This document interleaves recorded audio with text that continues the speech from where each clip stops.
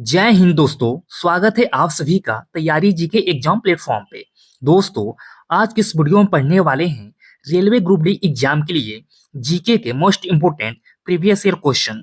दोस्तों, ये सभी प्रश्न बहुत ज्यादा महत्वपूर्ण हैं आपके रेलवे ग्रुप डी एग्जाम के लिए।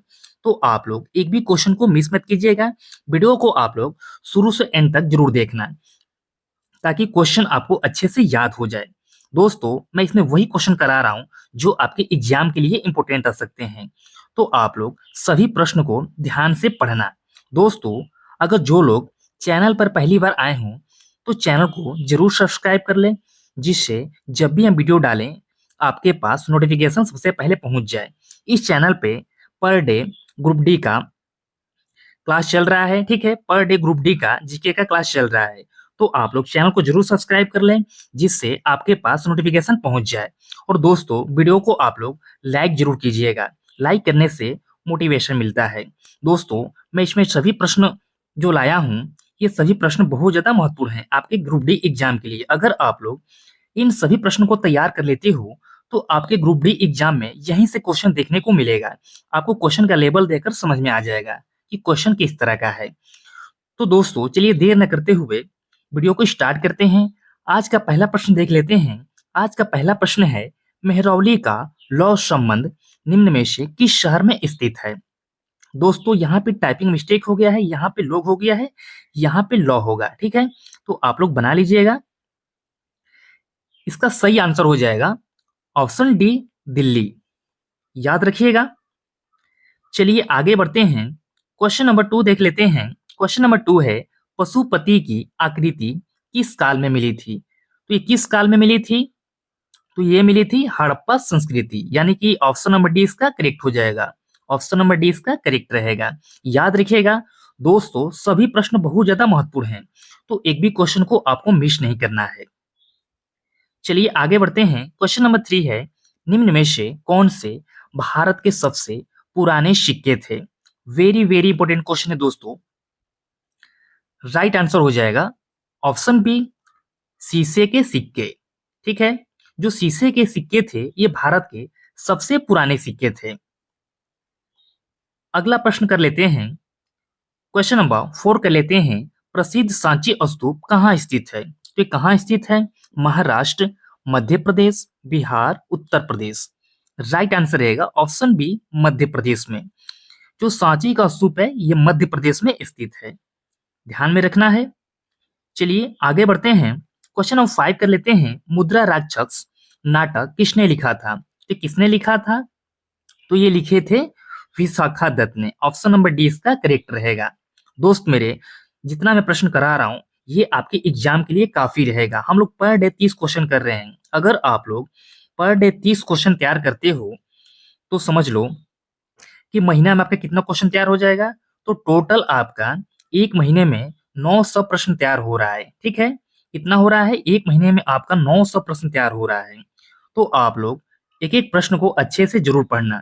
और दोस्तों, इसका मैं एक प्लेलिस्ट बना दूंगा, जिससे आप लोग वहां से वीडियो को देख सकते हो, ठीक है। चलिए आगे बढ़ते हैं। क्वेश्चन नंबर 6 कर लेते हैं। भारतीय राष्ट्रीय कांग्रेस के अधिवेशन में भारतीय राष्ट्रगान पहली बार किस वर्ष गाया गया था। तो किस वर्ष गाया गया था? ये क्वेश्चन वेरी वेरी इंपॉर्टेंट है, तो आपको ध्यान में रखना है। राइट आंसर रहेगा ऑप्शन ए, 1911 में। सन 1911 में भारतीय राष्ट्रीय कांग्रेस के अधिवेशन में भारतीय राष्ट्रगान पहली बार गाया गया था। अच्छे से आपको ध्यान में रखना है। दोस्तों, आप लोग भी अपना आंसर कमेंट बॉक्स में जरूर बताइएगा कि आपके कितने प्रश्न सही हो रहे हैं, ठीक है। चलिए अगला प्रश्न देखते हैं। क्वेश्चन नंबर 7, इसका आंसर आप लोग बताइए। क्वेश्चन नंबर 7 क्या कह रहा है? चौरी चौरा कांड किस वर्ष में हुआ था। तो इसका आंसर आपको बताना है। राइट आंसर है ऑप्शन ए, 1922। 1922 में चौरी चौरा कांड हुआ था, ठीक है।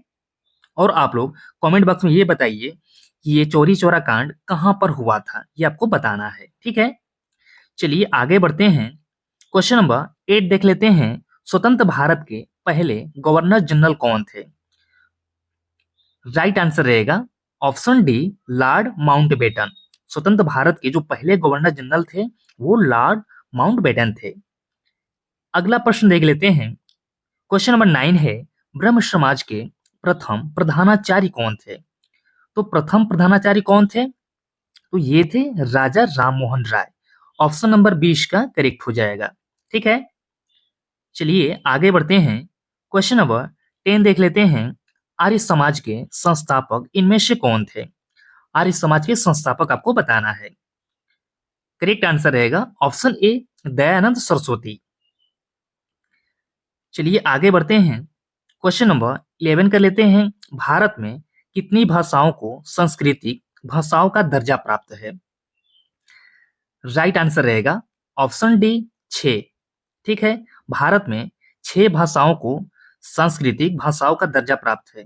दोस्त मेरे, मैं वही क्वेश्चन करा रहा हूँ जो आपके ग्रुप डी एग्जाम के लिए महत्वपूर्ण रह सकते हैं।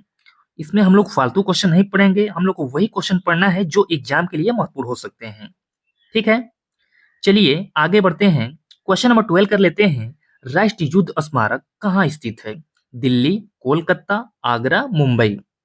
राइट आंसर रहेगा इसका ऑप्शन ए, दिल्ली में। जो राष्ट्रीय युद्ध स्मारक है ये दिल्ली में स्थित है। चलिए अगला प्रश्न देख लेते हैं। क्वेश्चन नंबर 13 है। भारत का प्रसिद्ध त्योहार मकर संक्रांति किस माह में मनाया जाता है? तो आप लोग कमेंट करके बताइए कि भारत का जो प्रसिद्ध त्योहार है मकर संक्रांति ये किस माह में मनाया जाता है। अभी फिलहाल पिछले महीने में ही ये त्योहार मनाया गया था।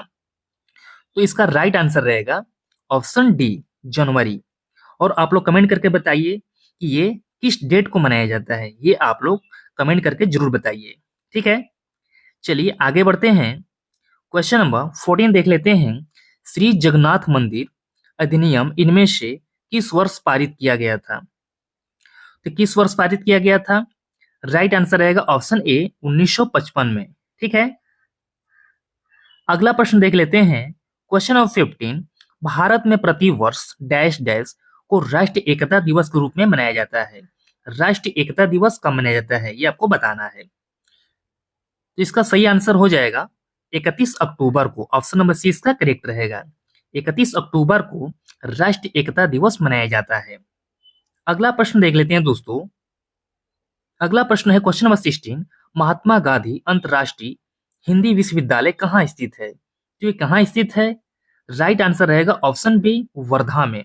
ठीक है, कहाँ पे है? तो ये वर्धा में है। आगे बढ़ते हैं। क्वेश्चन नंबर 17 है। लोकसभा के सदस्यों का कार्यकाल कितने वर्षों का होता है? 4 वर्ष, 6 वर्ष, 5 वर्ष, 3 वर्ष। राइट आंसर रहेगा ऑप्शन सी, 5 वर्ष। जो लोकसभा का सदस्यों का कार्यकाल होता है वो 5 साल का होता है।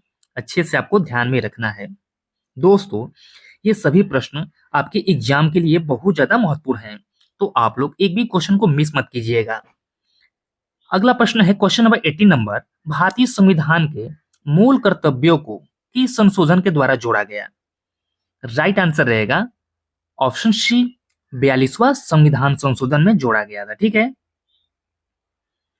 अगला प्रश्न देखते हैं। Question number 19। भारत का राष्ट्रगान कब अपनाया गया? वेरी वेरी इंपोर्टेंट क्वेश्चन है। इसका सही आंसर रहेगा 24 जनवरी 1950 को। ऑप्शन नंबर सी इसका करेक्ट रहेगा। भारत का राष्ट्रगान 24 जनवरी 1950 को अपनाया गया था। ये आपको अच्छे से याद रख लेना है। चलिए आगे बढ़ते हैं। क्वेश्चन नंबर 20 है। संविधान सभा की पहली बैठक कब हुई थी? तो पहली बैठक कब हुई थी?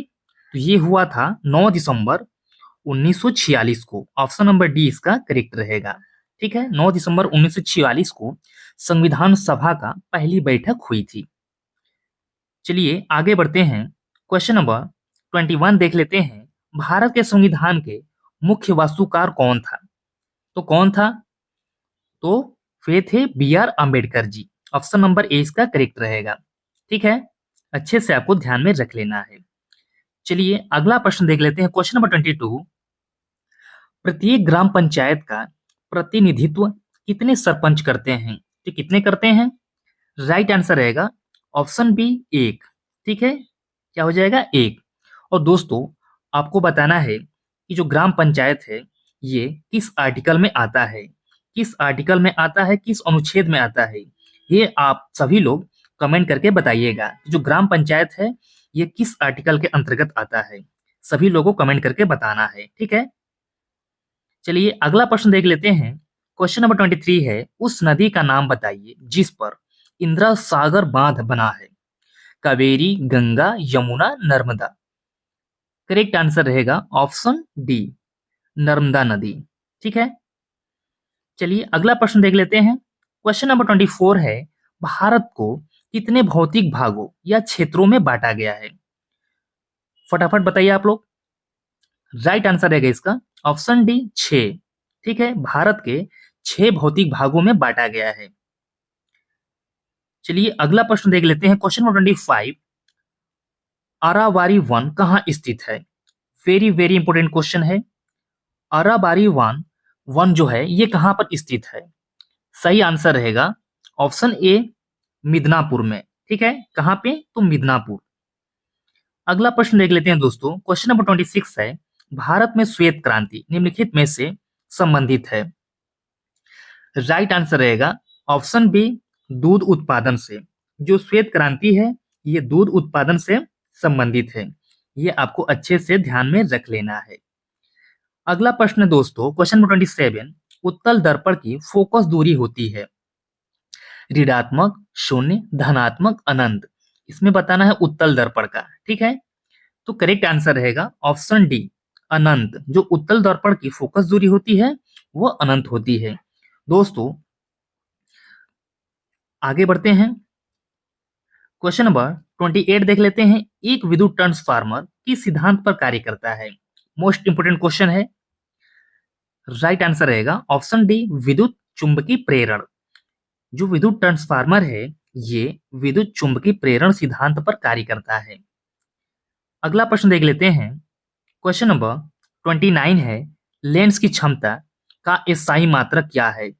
इसमें लेंस का आपको एसआई मात्रक बताना है। Newton, dioptre, joule, metre. Right answer रहेगा ऑप्शन बी, क्या हो जाएगा?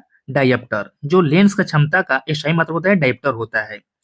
आप लोग कमेंट करके बताइएगा कि कार्य का एसआई मात्रक क्या होता है। ठीक है, कार्य का, वर्क का आपको एसआई यूनिट बताना है। चलिए आगे बढ़ते हैं। क्वेश्चन नंबर 30 देख लेते हैं और ये आज का हमारा लास्ट क्वेश्चन है। जब लोहे की कीलें कॉपर सल्फेट के विलयन के संपर्क में आती है तो उनका रंग बदलकर हो जाता है। क्या हो जाता है? भूरा, लाल, नीला या पीला। तो दोस्तों जब लोहे की कील कॉपर सल्फेट के विलयन के संपर्क में आता है तो उसका रंग बदलकर भूरा हो जाता है। यानी कि ऑप्शन नंबर ए इसका करेक्ट रहेगा। तो दोस्तों आज हम लोग जीके के टॉप 30 प्रश्न को पढ़ लिए हैं। दोस्तों मैं जितना प्रश्न कराया हूँ ये सभी प्रश्न आपके रेलवे ग्रुप डी एग्जाम के लिए बहुत ज्यादा महत्वपूर्ण हैं।